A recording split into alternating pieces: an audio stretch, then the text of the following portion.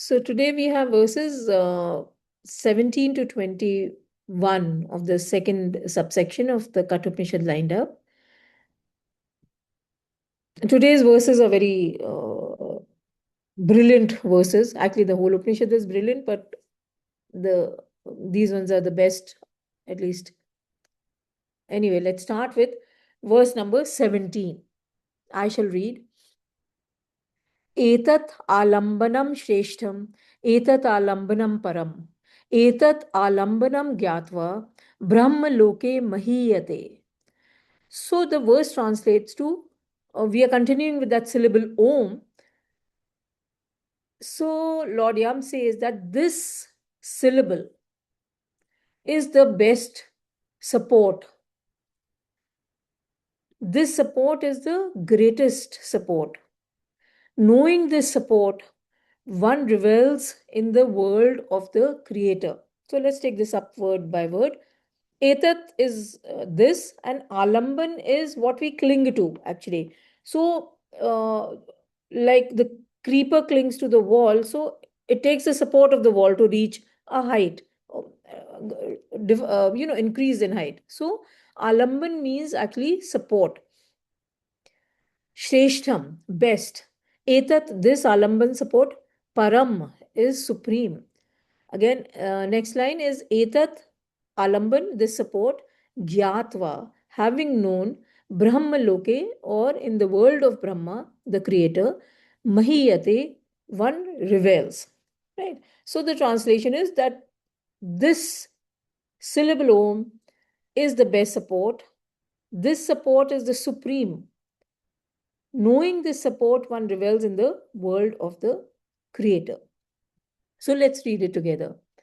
Etat alambanam shreshtham, etat alambanam param, etat alambanam gyatva, brahma loke mahiyate.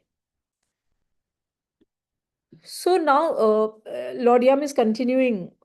In the previous verse, we had discussed about how the significance of Om and how it is the syllable which is closest to the Paramatman, or is the best description of that Paramatman. Now, in this verse, what Yam is saying, that this syllable is actually the best support. It is our best prop.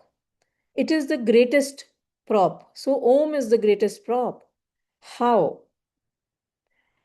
How is it the greatest prop? So, now let's revise and we go back to our roots of the Bhagavad Gita, where we had detailed this out. We go back to Akshar Brahm Yoga, chapter 8, and the Dhyan Yoga, chapter 6. So today we'll be actually referring to this, and of course in also chapter 2 today we'll be referring to of the Bhagavad Gita, right? So here when we are talking, is it Om is our best support, is we need to go back to the process of meditation. Now verse 12 of chapter 8 of the Bhagavad Gita translates to, having restrained all gates, having confined the mind in the heart, having fixed one's prana in the head, established in yogic concentration. 13th verse reads, reciting Brahman, the one syllabled Om, remembering me, he who departs, leaving the body, attains the supreme goal. So these two verses actually describe the preparation and the state of meditation on God.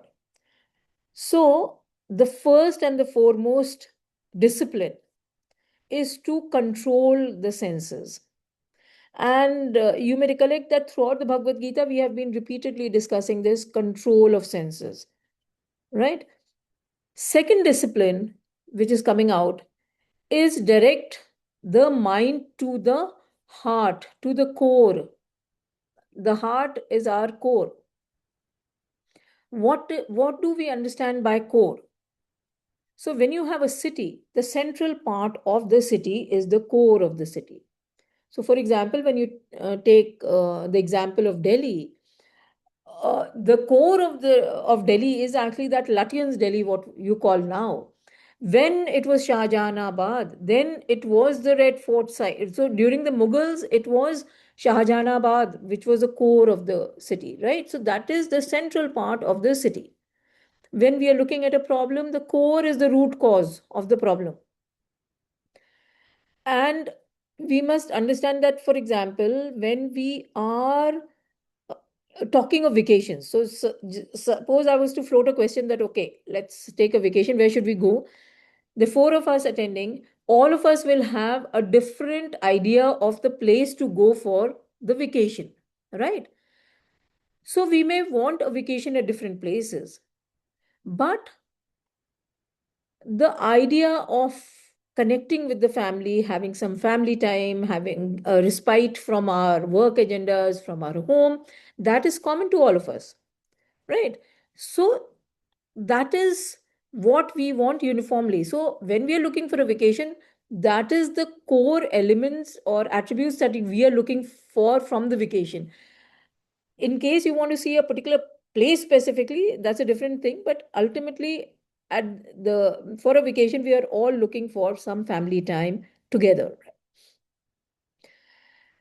Now interestingly, happiness is not outside, it is within us. It is a subject which is within us. It is not a subject on, or it's not lying in the object outside. So when it is within us, it means it is our core.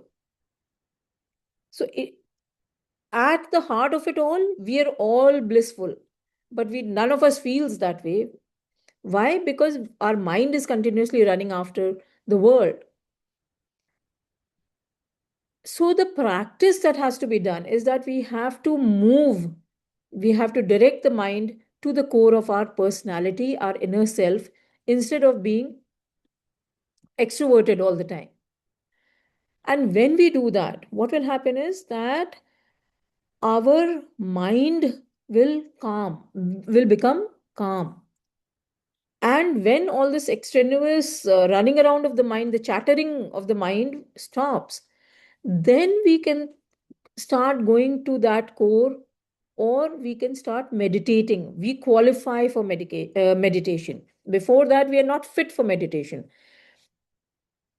And then once we are able to qualify for meditation, we are able to sit in meditation, then we have to focus our energies, our prana, with yogic concentration. So, yoga is union, right?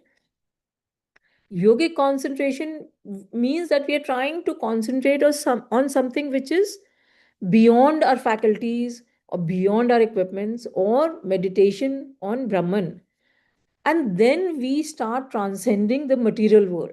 So, this was the uh, second discipline, to direct the mind to the core. The third discipline, which the verses of the Bhagavad Gita and this verse is saying, is that the intellect must be brought to a single pointed focus or meditation upon Om. So, what is meditation? The art of maintaining mind in sharp focus on one chosen thought to the exclusion of all other thoughts. So, when I am, for example, thinking uh, of what I'm cooking, my thought is only on what I'm cooking.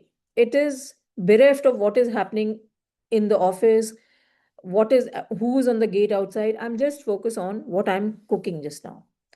Similarly, when we think of God, we have to only think of that Paramatman, and we should not worry who's coming in and out of the room, what is happening, anything else. So, the strategy is to converge the mind to a single pointed thought. And in meditation, ultimately, even that thought is removed, because that thought is also a prop, because it's in the realm of matter, right? So, that thought also has to go. Now, when we talk about concentration, or focusing, we think that we are actually focused. So when I took the example of cooking, you think, or one would think that if I'm, let's say, spending 10 minutes in cooking, then I'm focused on that cooking and I'm thinking continuously of whatever I'm doing. But actually, the studies have told, have proven, or I mean, this is what the experiments say, studies say, that the human mind cannot focus for a long time. And the average human in attention span was 12 seconds. When you are actually concentrating on one topic or one subject, okay, and not thinking of anything else, that was 12 seconds in 20, the year 2000, and it decreased to 8.25 or 8.3 seconds in 2015. Interestingly, the attention span of a goldfish is 9 seconds, which is better than the human attention span. Okay, so this is food for thought. But I mean, nevertheless, the what the study is telling us, or we all know, that because we are full of desires and agitations, we cannot concentrate even on one topic which is in the world, or one object which is in the world. What to talk about meditation? And in chapter 6 of Bhagavad Gita, we had actually understood the fundamental requirement for practicing meditation is the availability of the mind. And in order to reach that level of meditation, what is important is that we free up our mind, because then only will it become available. If you're holding items in both your hands, you cannot grasp another item. You have to let go of something to grab another one.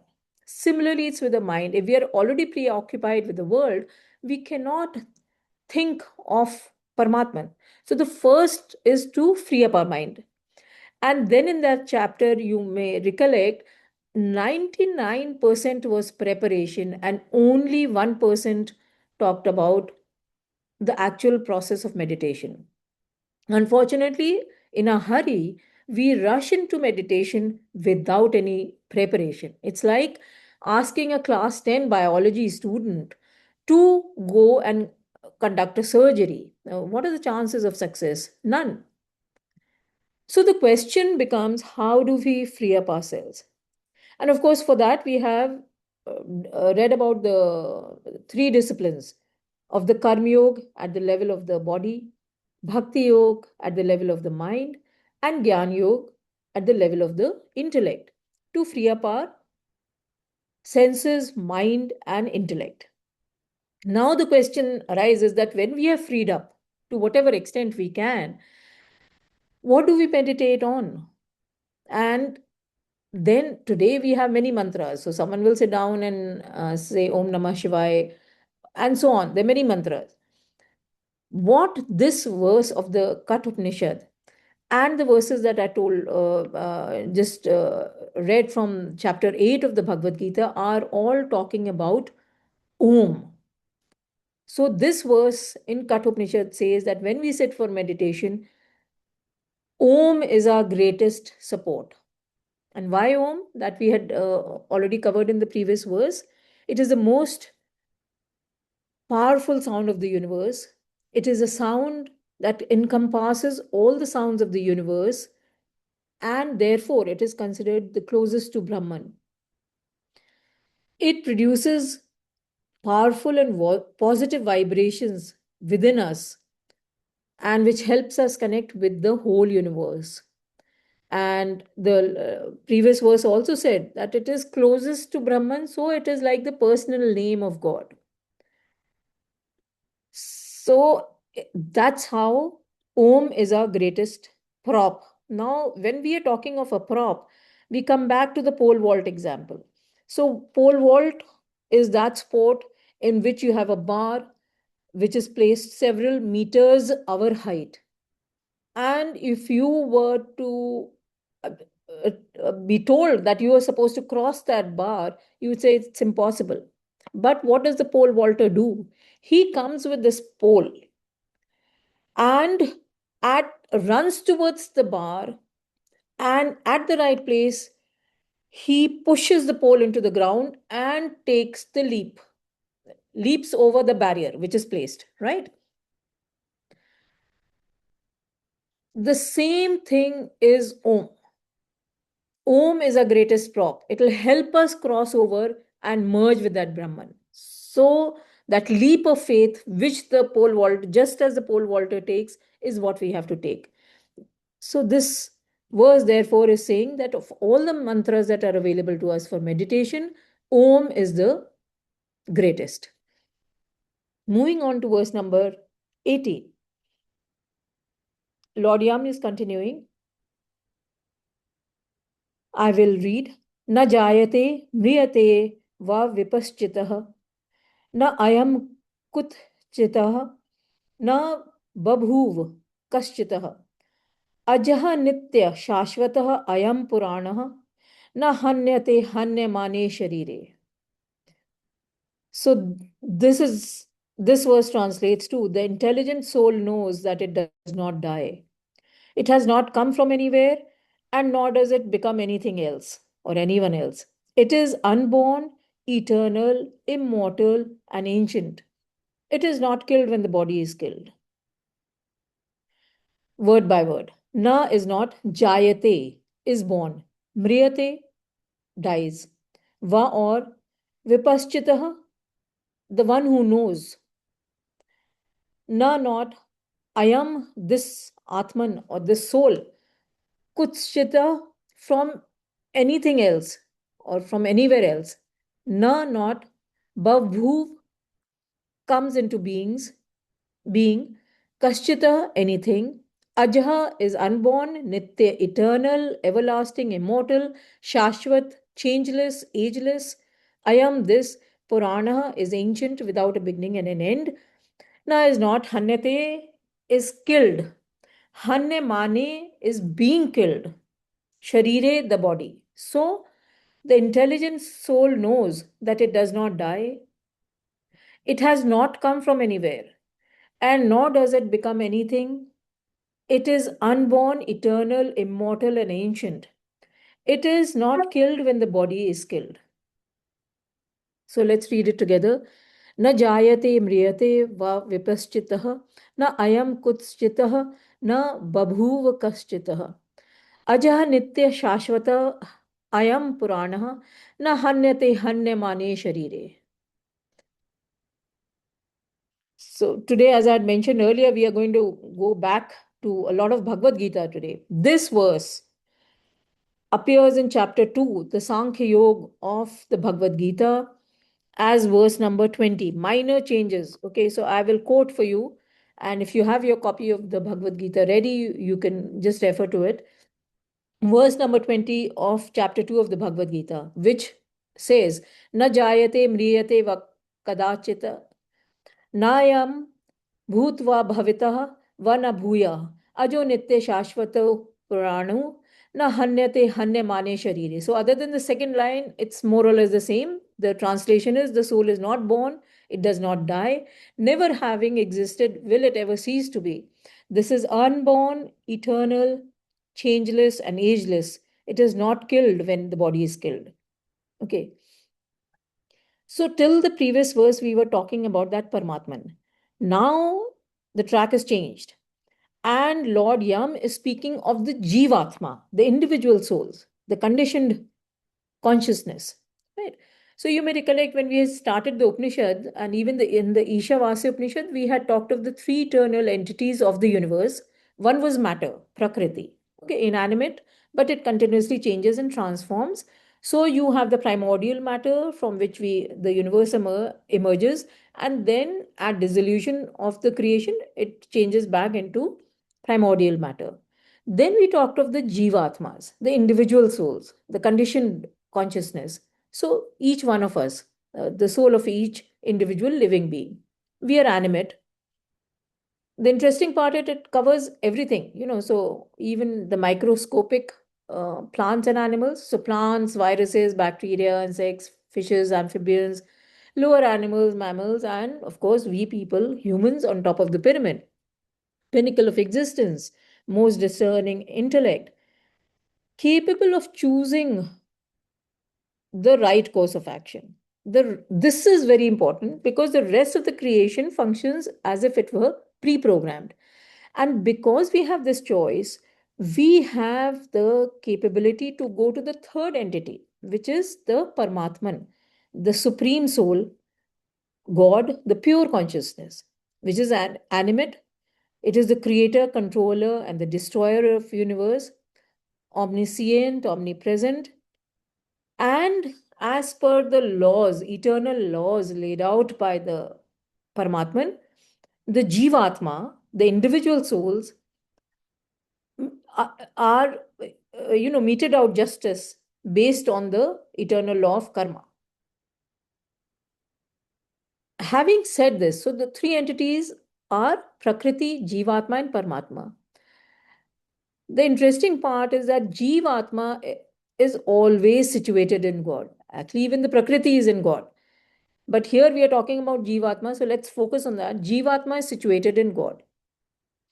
But it doesn't feel that way. So when I'm talking, I don't feel I'm God. None of us feels that we are God, right? Because of the conditioning that is created by our vasanas. And because of these vasanas, which is my tendency or nature, the Jiva Atma starts identifying with matter or Prakriti. And then that eternal soul, that eternal reality within me actually confines, becomes limited. It acquires a body, an individuality, an ego. But the underlying substratum is the same. That means, which is Paramatman. So that means all Jivatmas, each one of us who are here, are essentially Paramatman. Therefore, all the attributes of the Paramatman also apply to the Jivatma. And those are the attributes that we are talking about actually in this verse. You know, unborn, eternal, changeless, and ageless, but we don't feel that way because we have limited ourselves to the body. Examples to bring this out, the same, gold ornaments being made of gold, but the ring appears so different from the bangle, from the earrings, from the toe ring, from the necklace. But at the substratum is the same, the gold. It's the gold. So when we melt down the name and form, what do we get? We get gold. So the limitation by the form of gold is illusory. Gold is not bound by the ornament. When the ornament is melted, the form vanishes and gold remains. There's no change in its value, right? Second example that we have been talking about is the waves in the ocean. For the nanosecond that the wave is outside the water, outside the ocean water, it appears to be distinct. But the second it falls back into the ocean, it merges with that substratum and vanishes, right? Only the ocean remains. So, just as it is the same gold and the same ocean that is there in all ornaments and in all the waves, similarly, it is the same Paramatman which is there in all the Jivatmas. So, all of us who are attending the session, all of us have the same Paramatman. And not only us, the entire creation. So, even the earthworm will have the same Paramatman. Therefore, all attributes of the Paramatman are there in the Jivatma. So, Paramatma we have been reading and trying to understand is eternal. Therefore, the Jivatma is also eternal. It is the identification with the matter, with Prakriti, that limits the Jivatma.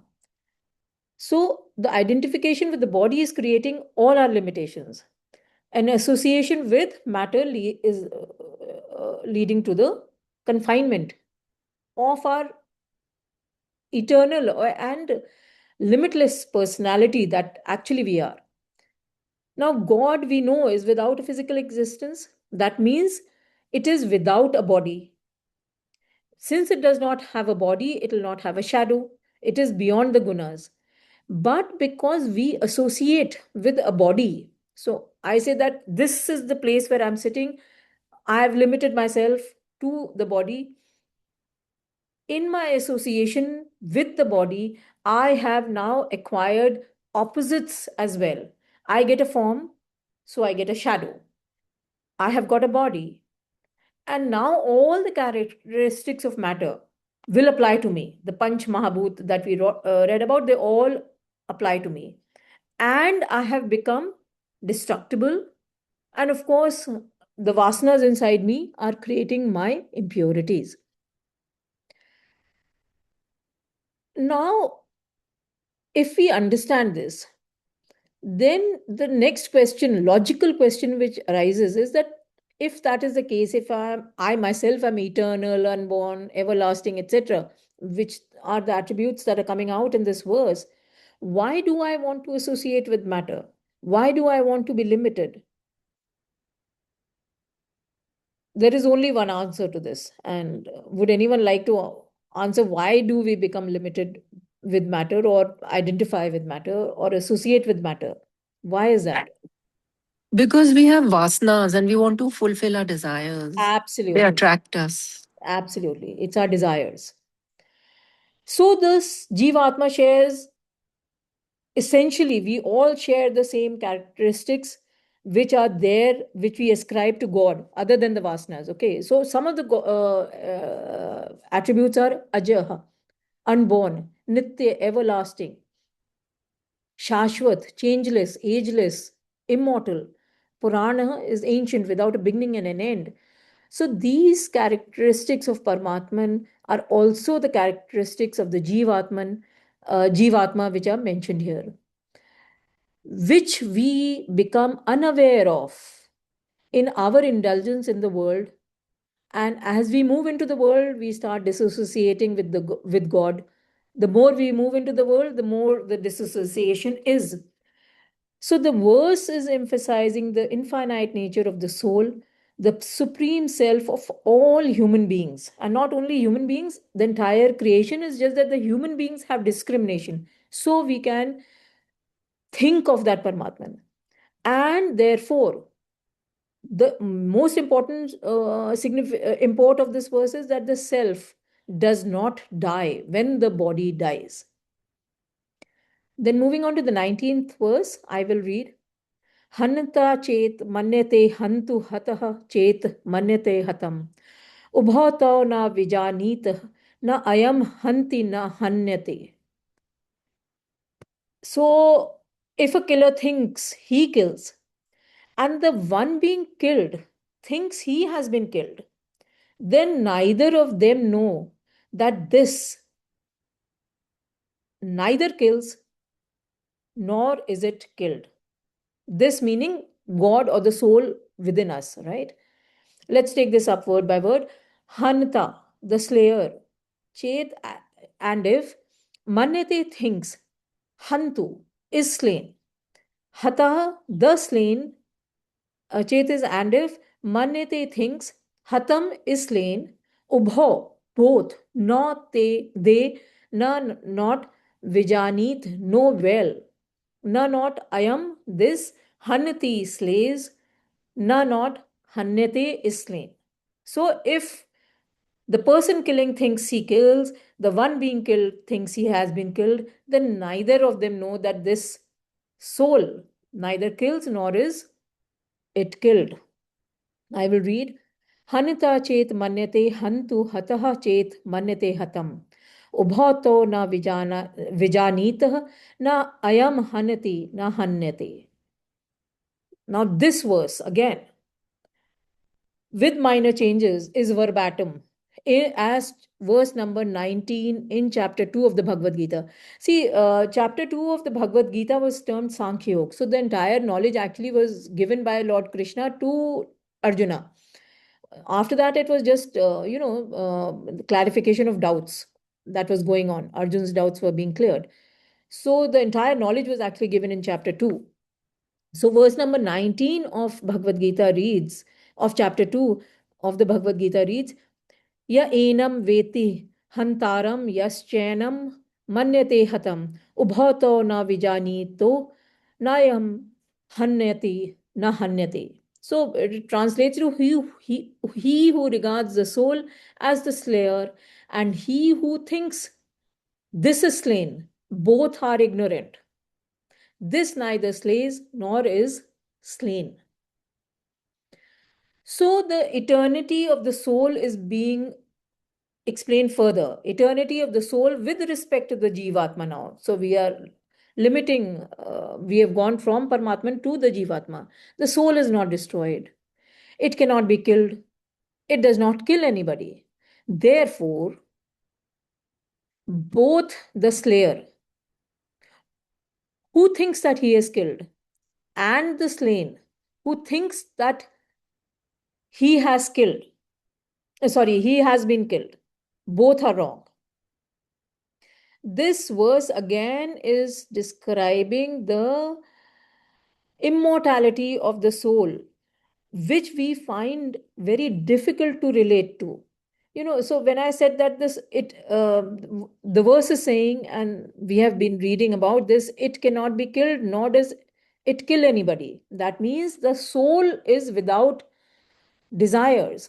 And it is like the petrol example that we repeatedly took in the Bhagavad Gita. No? So it's like the petrol in all, or fuel in all vehicles, electricity in all appliances. So the electricity in all electrical appliances enables the equipment based on the nature of the equipment, but the electricity itself does not change. Fuel in the vehicles enables the vehicles to function as per the nature of the vehicle, so the horsepower or the engine capacity. But the fuel itself does not want to go from point A to point B. It is the driver of the vehicle. So, similarly, the soul does not kill anyone, nor is it killed. Meaning what? That the Paramatman functioning through us in this manner, function of all these three things that I pointed out, prime mover will enables us, is not interested in going anywhere and has no role in the way we function. In the sense, whether we drive safely or we drive unsafely, that has nothing to do with God. It's just enabling us. It is not interested in going, in acting, and has no role in the way we conduct ourselves. So, the law of karma, when we talk of it, it applies to us. That means it is our actions are our responsibility. God is enabling us, and we are doing the action as per our understanding, right? So, in that respect, the soul is not interested. All actions are performed uh, by ourselves, by our vasanas. That is what is compelling us. Unfortunately, we don't see the immortality of the soul because we identify with matter, with the body. So when someone passes on these verses, we normally think of or read when we've had the demise of a loved one, because that is the time when we want to uh, believe that the person has not really died and is living. I mean, go is taking another body. So this set of verses we actually read then, because that is the point. In that great distress, we want to believe, and we actually start realizing the soul, which is invisible to us, which in our normal day to day functioning we don't realize it and we miss it. And this is our ignorance, our delusion. And this we discussed comprehensively in our Bhagavad Gita sessions, that all actions are performed by the gunas, which are part of Prakriti, matter. So the gunas belong to the matter and they don't belong. So the gunas belong to the matter and not to the Atman. All right. And, but we don't, we seem to forget it when everything is hunky dory. And this verse is saying that this, it cannot be killed, nor can it doesn't kill, nor can it be killed. And here I would like to quote that set of verses. See, what we have done is that we have read verses 19 and 20 of chapter 2 of the Bhagavad Gita. But for us to, for a person like us, we are not like Nachiketa. We are very worldly and we find it difficult to comprehend these things. I thought I will also just read the translation of the next two verses of the Bhagavad Gita here. So 21 says that one who knows this to be indestructible, eternal, unborn, immutable, how can that person slay anyone or cause anyone to be slain? And the verse number 22, which I think we have all of us read at some point of time or another, goes on to say, just as a person casting off worn out garments puts on new ones, so does the embodied casts off worn out bodies and enters new ones. With that, let's move on to the next verse for the day, which is verse number 20. And this is, okay, I will read. अणु अणियान महत महियान आत्मा अस्य जंतो निहितम गुहायाम तमः अक्रतु पश्यति वीत शोकः धातु प्रसादात् महिमानम आत्मनः. So the verse translates to, Yam is continuing speaking, being subtler than the subtlest and greater than the greatest, the soul of the living being, and it is hidden in the cave of all.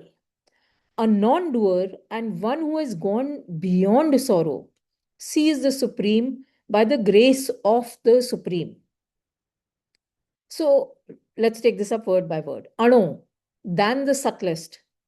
Aniyan, subtler. Mahat, than the greatest. Mahiyan, greater. Atma, that Paramatman. Asya is, Janto is of the beings. Nihita is seated. Guhayam, in the cave of the heart. Tam, that. Akritu, non-doer, or one who is without desires, that person is actually non-doer. Pashyati, sees. Vit shok, beyond sorrow. Dhatu. Now, dhatu means our essence, the root. So in Sanskrit, the specifically, it's not metal. Okay, it translates to the root. So the root of the word, we always focus on the root. That means what the that will bring out the meaning of the word. So dhatu refers to the root or implying the essence. Prasadat, grace. Mahimanam, that majesty of the or opulence of the Atmanam, of the self. So, being subtler than the subtlest and greater than the greatest, the soul of the living being, and it is hidden in the cave of all. A non doer and one who has gone beyond sorrow sees the Supreme by the grace of the Supreme. So, I'll read it. Anu Aniyan Mahat Mahiyan Atma Asya Janto Nihitam Guhayam Tama Akritu Paschati Vitchokah Dhatu Prasadat Mahimanam Atmanaha.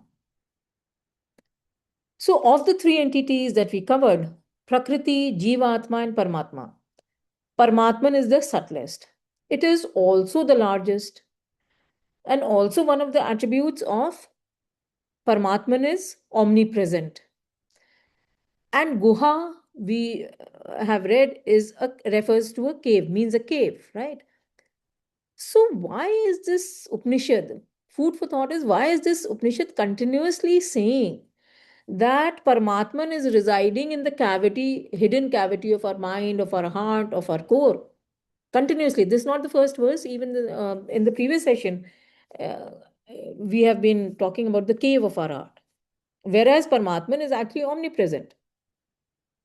This is to bring out the point of self effort. We have to seek that Paramatman by our effort within ourselves and not in this expansive world that we see, which our senses perceive, but beyond that. So, that is one part. And the second important point that the verse is bringing out, that our search, our seeking will yield results only by God's grace. Only when the grace of God will fall us, on us will we be with God. Grace of God is very important. And God is beyond intellect. This again, we have been repeatedly saying that it is beyond, God is beyond our finite uh, faculties. Intellect is finite, it's within matter. So we are trying to reach the that infinite through our finite faculties, what is available to us. Kain Upanishad here says that those who think that they can understand God with their intellect have no understanding of God. Only those who realize that meaning God, that God is beyond their comprehension, actually understand it. So this Upanishad is saying that we have to continue to search within ourselves. Within ourselves, why? Because it is there. It is our source. It's our essence. So we have to follow the process of revealing, removing all that is covering that Paramatman within us, right? What is covering it? Vasanas that we just discussed. So we have to remove those vasanas and reveal that Paramatman. So actually, we are going within, we are revealing and not seeking it outside. So the self emerges. It is not attained. We can't go and touch it, It is, it reveals itself. It is not sought, it is not acquired, it is not gained. And therefore, the grace of Lord is very, very important. It lies concealed in these layers of vasanas of ours. And irony is that we go looking for it all over the place. So we go on tirth yatras, we go on pilgrimages, we go on darshan, looking for that which is within each one of us. That is the irony. So, with that, I will conclude today's session.